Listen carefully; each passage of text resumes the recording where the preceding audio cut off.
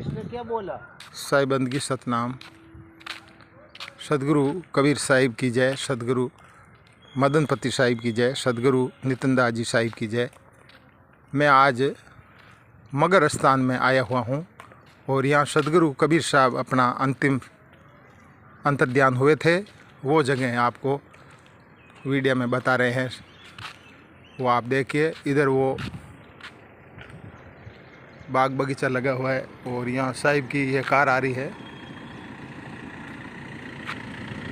ये विचार साहिब है मगर के मैन साहब, और ये भोजन करके अब अपने निवास पे जाते हैं। साईं बंदगी सतनाम। साईं बंदगी सतनाम ये सत कबीर नगर साईं बंदगी, और यह है मगर स्थान जहाँ कबीर साहब अंतर्ध्यान हो गए हैं। वो जगह आपको मैं दिखा रहा हूँ, ये देखिए साईं बंदगी। ये अब चलो साईं बंदगी सतनाम। हम जाओ मन वहाँ से कहाँ है? सदगुरु कबीर साहिब की जय। यह जगह वो है जो सदगुरु कबीर साहब 120 वर्ष काशी में रह के और यहाँ आए थे, और यहाँ आके वो अपना अंतिम मतलब अंतर्ध्यान हुए थे। वो जगह आपको दिखा रहे हैं, और वो है मगर कबीर नगर, मगर स्थान है, और यहाँ साहिब आके अंतर्ध्यान हुए थे। यहाँ क्यों आए थे कबीर साहब, ये बात आपको शास्त्र में लिखी है कि एक राजा ने, वो त्रिशुक राजा का शिष्य था, उसको बीच में अधर लटका था, उसकी छाया पड़ती थी, वहाँ वो गधे होते थे। ये भ्रम डाला हुआ था सब लोगों ने। तो कबीर साहब यहाँ आके वो भ्रम भांगा कि हम यहाँ शरीर अंतर्ध्यान करेंगे तब आपका भ्रम मिट जाएगा। तब कबीर साहब आके यहाँ अंतिम अंतर्ध्यान हुए थे, और यहाँ आके वो सतलोक गए थे। साईं बंदगी सतनाम। सदगुरु कबीर साहिब की जय, सदगुरु नितनदास जी साहिब की जय, सदगुरु कबीर साहिब की जय, सदगुरु वैराग साहिब की जय। हम यहाँ मगर में आए हुए हैं, और ये मगर का मेन गेट है, और यहाँ साहिब अंतर्ध्यान हुए थे। साईं बंदगी सतनाम।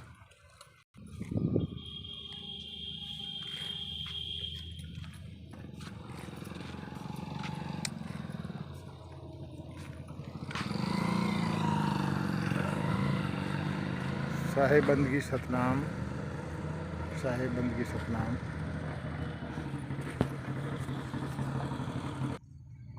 ये मज़ार बना हुआ है कबीर साहब के ऊपर, ये मुसलमान भाइयों ने बनाया है, बिजली खां पठान ने। वो जगह आपको दिखा रहे हैं, और ये मंदिर बना हुआ है सदगुरु कबीर साहिब का, हिंदुओं ने बनवाया। और इसका इतिहास आपको मैं पढ़ के सुनाता हूँ। साईं बंदगी सतनाम।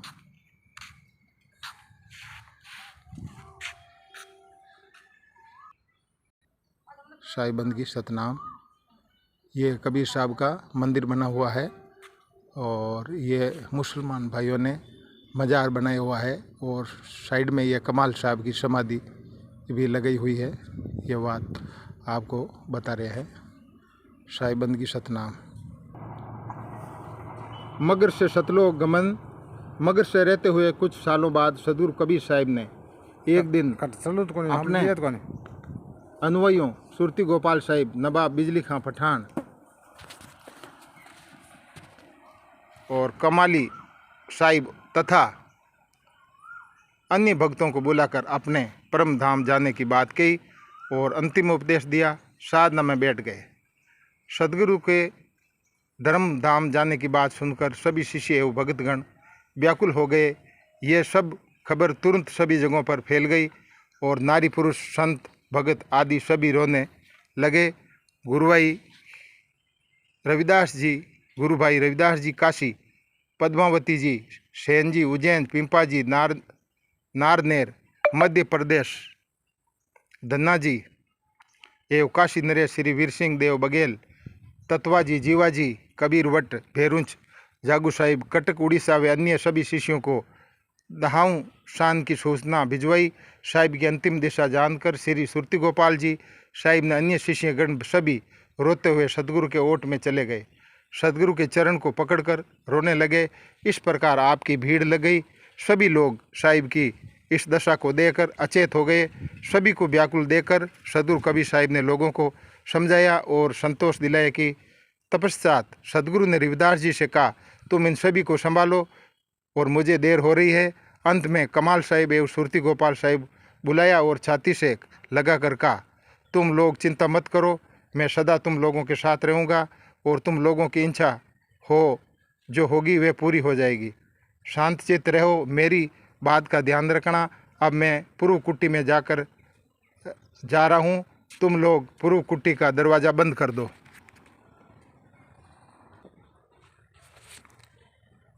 द्वार बंद कर दो, तब तक नहीं खोलना जब तक रामधवनी होती रहे, जब तक उक्त शब्द बंद नहीं हो जाए तब द्वार पटका खोल देना। उक्त बातों को कहकर सदगुरु ने पूर्ण कुट्टी से प्रवेश किया। बाहर से कुट्टी का द्वार बंद कर दिया गया। पहले यह शब्द हुआ कि असत्य का त्याग करो, जगत असत्य है, असत्य को ग्रहण करो, सत्य को ग्रहण करो, आत्मा राम सत्य है, उनका भजन करो। जगत असत्य। इसके बाद केवल राम राम ध्वनि अंदर से सुनाई पड़ती रही और कुछ देर में यह ध्वनि अपने आप बंद हो गई। तब वे उपस्थित सभी को ये विश्वास हो गया जिस पर कि अब गुरुदेव अपने परम धाम को चले गए। शब्द बंद होते ही आकाश से फूलों की वर्षा होने लगी और अप्सराओं का एवं गंधर्वों के गीत सुनाई देने लगे तथा अनेक प्रकार के बाजे बजने लगे। ऐसा मालूम पड़ता है कि सारा आकाश विमान से भर गया हो। रंग बिरंगे विमान दिखलाई दे रहे थे। लगभग 1 घंटे तक गगन पंथ अवरुद्ध हो रहा। तभी एक हंसकार विमान लोगों को उड़ता हुआ दिखाई दिया। जिस प्रकार सदगुरु कबीर साहिब अनेक सूर्य के प्रकाश से युक्त होकर बैठे दिखाई दिए, उस विमान लोगों को देखते ही देखते अंतरिक्ष में प्रवेश कर गया और सूर्य लोक आदि लांघते हुए अचित दिव्य लोक चला गया। इधर पृथ्वी के सारे प्राणी व्याकुल हो गए। वायु का चलना बंद हो गया। पेड़ पौधों अपनी पंक्तियों को नीचे करके खड़े हो गए। पशु पक्षी सुरती धारा बहने लगे। पृथ्वी पर लीलापन छा गया। सभी को सारा संसार शून्य दिखाई देने लगा। आकाश लाल हो गया। दिशाएं घूमने लगी। पंच महाभूत बिलकने लगे। धरती कांपने लगी। संत मंडली अथा शोक समुद्र में निमन हो गई। कुछ देर के बाद संत रविदास जी आंसू पहुँचते हुए बोले, भाई सुरती गोपाल उठो, अपने संभालो, आपने संभालो। तो अब शोक करने के काम नहीं है, चलेगा। आप लोग जाकर द्वार पट खोलो, स्वयं का अंतिम संस्कार करना है चाहिए। सदगुरु के दिव्य लोक गमन की बात को सुनकर आसपास के लोग रोते चिल्लाए हुए हजारों की संख्या में एकत्रित हुए। सभी लोग अपने अपने स्थानों पर खड़े थे। कोई किसी से कुछ भी नहीं कह पा रहे थे। ये बात सदगुरु ने बता के गए शिष्यों को। सदगुरु कबीर साहिब के परम धाम जाने की खबर पाकर काशी नरेश वीर सिंह देवल बघेल अपनी सारी सेना लेकर मगर आ गए और यूं ही गुरुदेव ज्ञान वृद्ध रविदास जी की आज्ञा पाकर महाराज वीर सिंह देव बघेल एवं श्री सुरती गोपाल साहिब पूर्व कुट्टी के द्वार खोलने ज्यों ही चले त्यों ही नवाब बिजली खान ने कहा, राजन साहिब के शैव संस्कार पर विचार कर लीजिए, उसको जलाया जाए या ज़मीन में गाड़ दिया जाए। तो मेरा तो यही विचार है कि उसमें अपनी रीति से ज़मीन में गाड़ दूं, क्योंकि कबीर साहिब मुसलमान थे। अंत में मेरे क्षेत्र में आकर उन्होंने अपने शरीर का त्याग किया, इसलिए मेरा अधिकार है कि मैं उसका संस्कार इस्लामी विधि से करूंगा। इस प्रकार बिजली खां की बातों को सुनकर वीर सिंह बघेल ने कहा, नवाब साहिब आपका विचार ठीक नहीं है, क्योंकि सदगुरु का मानने वाले अधिक हिंदू हैं। और उस दूसरी बात यह है कि स्वामी रामानंद जी आचार्य संत थे, आर्य संत थे। सदगुरु कबीर साहिब उन्हीं के शिष्य थे, तो वे भी आर्य ही हुए। तीसरी बात, सदगुरु कबीर साहिब जन्मजात मुसलमान नहीं थे, केवल मुसलमान दंपति द्वारा पलित थे और मेरे गुरु थे, इसलिए मैं उनका दान संस्कार करूँगा। इस प्रकार नवाब और राजा के बीच उत्तर प्रत्युत्तर होता रहा। अंत में दोनों ओर की सेनाएं आमने सामने हो गई एवं दोनों पक्षों की सेनाओं को आदेश हो गया कि जो विजयी होगा वही सेव पाने का भागी होगा। बिजली खां की सेना की संख्या कम थी, इधर महाराज वीर सिंह देव बघेल की संख्या अधिक थी। इसलिए नवाब बिजली खां पठान ने विचार किया कि दिल्लीपति सिकंदर के यहाँ संदेश भेजवाए जाए। परंतु नवाब बिजली खां का पुत्र औस्त अली खां जो बहुत बुद्धिमान था, उसने बिजली खां से कहा, पिताजी जब तक दूत दिल्ली जाएगा तब तक वीर सिंह देव बघेल आपसे युद्ध करके इस सेव को जीत लेगा, इसलिए सेव के लिए लड़कर मर जाना ठीक है। औस्त अली की उत बात बिजली खां पठान के मन में जम गई। उसने कहा कि यहाँ ठीक लड़कर मरकर जाओ, यदि हमारी जीत होगी तो सेव प्राप्त करूँगा और यदि हार हुई तो वेहिस्त में जाऊँगा। दोनों और तलवार खींच गई। बुभुक्षियाँ एवं शतध्वनियाँ सुसज्जित कर दी गई। दोनों दल की सेनाएं आमने सामने खड़ी हो गई। अस्त्र शस्त्र अब दोनों ही तरफ छूटने वाले थे। इसी बीच में आकाशवाणी हुई कि पहले पट खोलकर देखो कि सेव है कि नहीं, व्यर्थ की लड़ाई तुम लोग करो, खोलो पर्दा है नहीं मुर्दा, युद्ध मितिया तुम कर डाली। तो उस आकाशवाणी को सुनकर सभी आश्चर्य हुआ कि हम लोग बिना कुछ सोचे समझ ये कौन सा अनर्थ करने जा रहे हैं, जिस कार्य को नहीं करने के लिए सदगुरु ने हमें जीवन पर्यंत सीख देते थे। हम लोग वही अनर्थ कार्य करने जा रहे हैं जो संदेह हमारे बीच रहे। उस प्रभु को हम लोग समझ नहीं पाए। सभी लोग सिर पर हाथ रखकर पश्चाताप करने लगे। कुछ देर के बाद श्री सुरती गोपाल साहिब ने यूंवद रविदास जी राजा वीर सिंह देव तथा बिजली खां पठान को लेकर पूर्व कुटी का द्वार खोला तो सेव के स्थान पर केवल 2 फूल और चादर मिला। उस स्थान पर सेव का कहीं पता नहीं लगा। सेव को नहीं देखकर समस्त भगत एवं संत मंडली आचार्य में पड़ गई। वहाँ पर उपस्थित लोगों ने कहा, प्रभु मेरे नहीं है, वे अंतर्ध्यान हो गए हैं। इसमें ये कुछ लोग सेव को नहीं देखकर रोने बिलखने लगे और संतजन सदगुरु के गुणानुवाद सिमरन कर नाचने गाने लगे। अधिकांश लोग ने देखा कि सदगुरु नहीं है, उनके स्थान पर केवल फूल, तो वे लोग अपने अपने घर को चले गए और उनके द्वार जो लोग मार्ग में सुनते कि सदगुरु कबीर परम धाम को संदेह चले गए तो वे लोग शोकाकुल हो जाते थे। 2-4 दिन तक अन्न जल ग्रहण नहीं करते थे। जब सेव नहीं मिला तो बिजली खां पठान, महाराजा वीर सिंह देव बघेल एवं संत मंडली विचार करने लगी कि अब क्या करना चाहिए। सेव तो मिला नहीं, केवल फूल और चादर मिले, अब क्या होगा। अंत में यूं बुद्ध श्री रविदास जी एवं सुरती गोपाल साहिब को लोगों ने इसका भार सौंपा।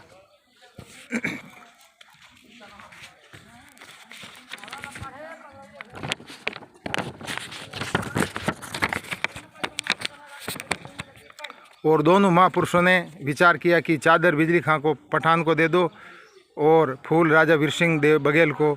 स्तुति सुरती गोपाल साहिब ने ऐसा ही किया।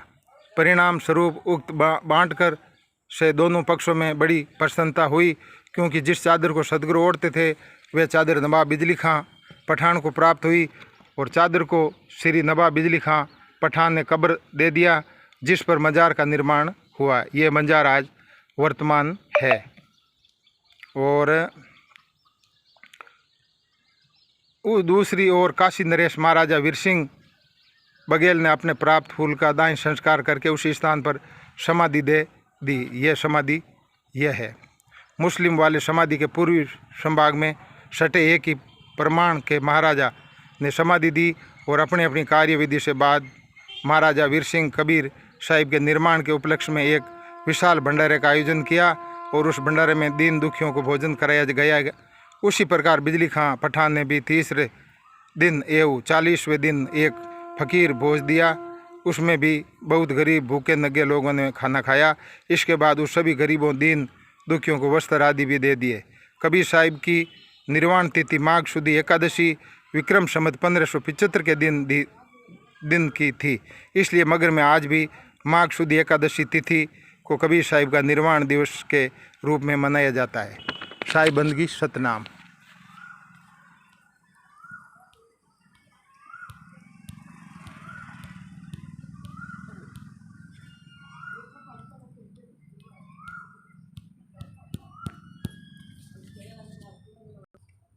वो जगह आपको दिखा रहा हूँ। ये बिजली खां पठान ने ये मज़ार बनवाई है और ये राजा मगर के वीर सिंह बघेल ये मंदिर स्थापना की है। ये सदगुरु का कबीर साहब अंतर्ध्यान हुए वो जगह हैं, आपको इस वीडियो में दिख पड़ती है।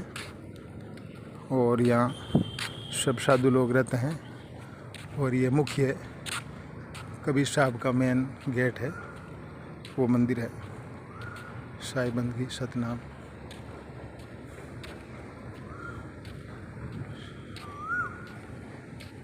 साई बंदगी सतनाम सतगुरु कबीर साहब, ये सतगुरु कबीर कुआ साई बंदगी।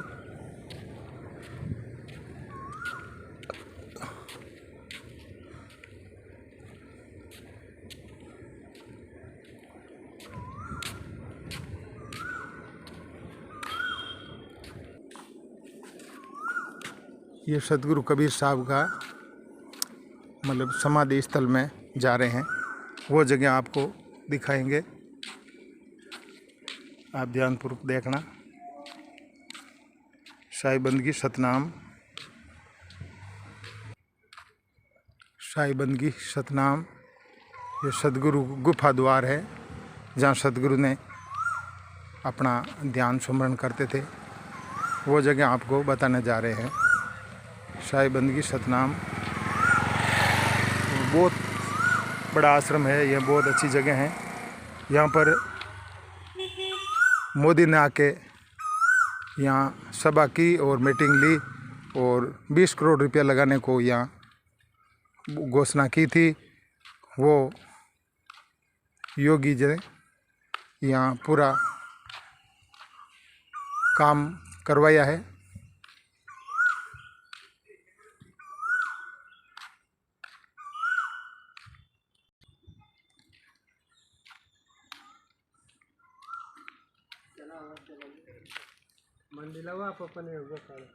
ये कबीर साहिब की साधना गुफा बताई जा रही है।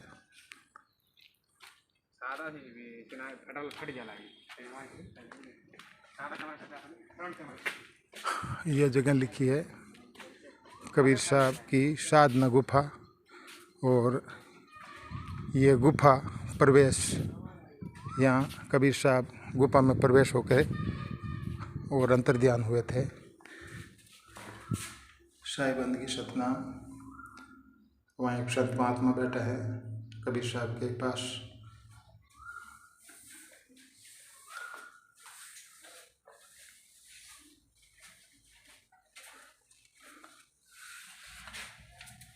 साई बंदगी सतनाम,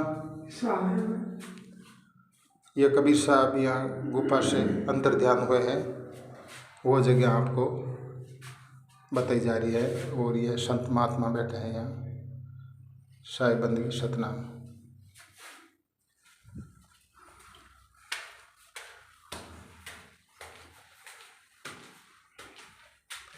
अब गुफा के बाहर आ गई है और यह नज़र आपको दिख रही है। ये सब कबीर आश्रम है और बहुत बड़ा आश्रम है, 12 एकड़ में है, बहुत बड़ा आश्रम दिया हुआ है।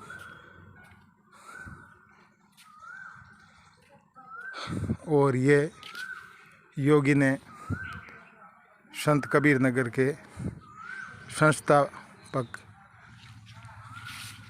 वो छात्रावास बनाया है, ये बहुत बड़ा है। और यहाँ सब ये रहते हैं भगत भाई। साई बंदगी सतनाम।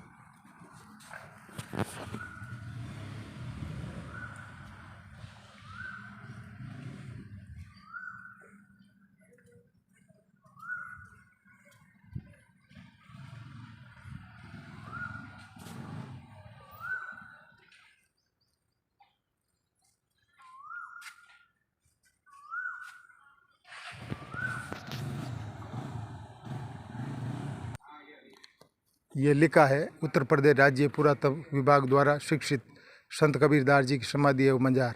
संत कबीरदास जी की समाधि का निर्माण, मगर के राजा वीर सिंह बघेल एवं मजार का निर्माण मुस्लिम सरदार बिजली खां पठान ने करवाया था। इस मज़ार का इस रमारक का संबंध संत कबीरदास जी ने होने के कारण ये स्थल हिंदू मुस्लिम दोनों के लिए धार्मिक सांस्कृतिक दृष्टि से पवित्र एवं महत्वपूर्ण है। कबीरदास जी एक महान संत महात्मा कवि और समाज सुधारक थे। उन्होंने तत्कालीन समय में हिंदू एवं मुस्लिम दोनों धर्मों के व्यापक रूढ़ियों आडंबरों पर कुर्तारथों पर अपने दोहों पर कविताओं माध्यम से कुठाराघात कर धर्म सुधार का प्रयास किया। इसके जन्म के विषय में ऐसा कहा जाता है कि नीरू और नीमा नामक जुला दंपति को एक नवजात बालक वाराणसी स्थित लहर तारा तालाब के किनारे सन 1398 ईस्वी सन में मिला था, जिसका नाम बाद में उन्होंने कबीर रखा। कर्म आधारित मोक्ष की अवधारणा को सिद्ध करने के लिए संत कबीरदास जी अपने जीवन के अंतिम समय वाराणसी से छोड़कर मगर आ गए थे और यही सन 1518 ईस्वी सन में उनका परिनिर्माण हुआ। उनकी मृत्यु के उपरांत उनके अंतिम संस्कार को लेकर हिंदू एवं मुस्लिम अनुयायियों में विवाद होने लगा। ऐसी मान्यता है कि उनका पार्थिव शरीर फूलों में परिवर्तित हो गया, जिस दो भागों में बांटकर दोनों अनुयायियों ने अपने अपने धर्म अनुसार समाधि एवं मंजार का निर्माण करवाया। क्षेत्रीय पुरातत्व अधिकारी गोरखपुर मंडल।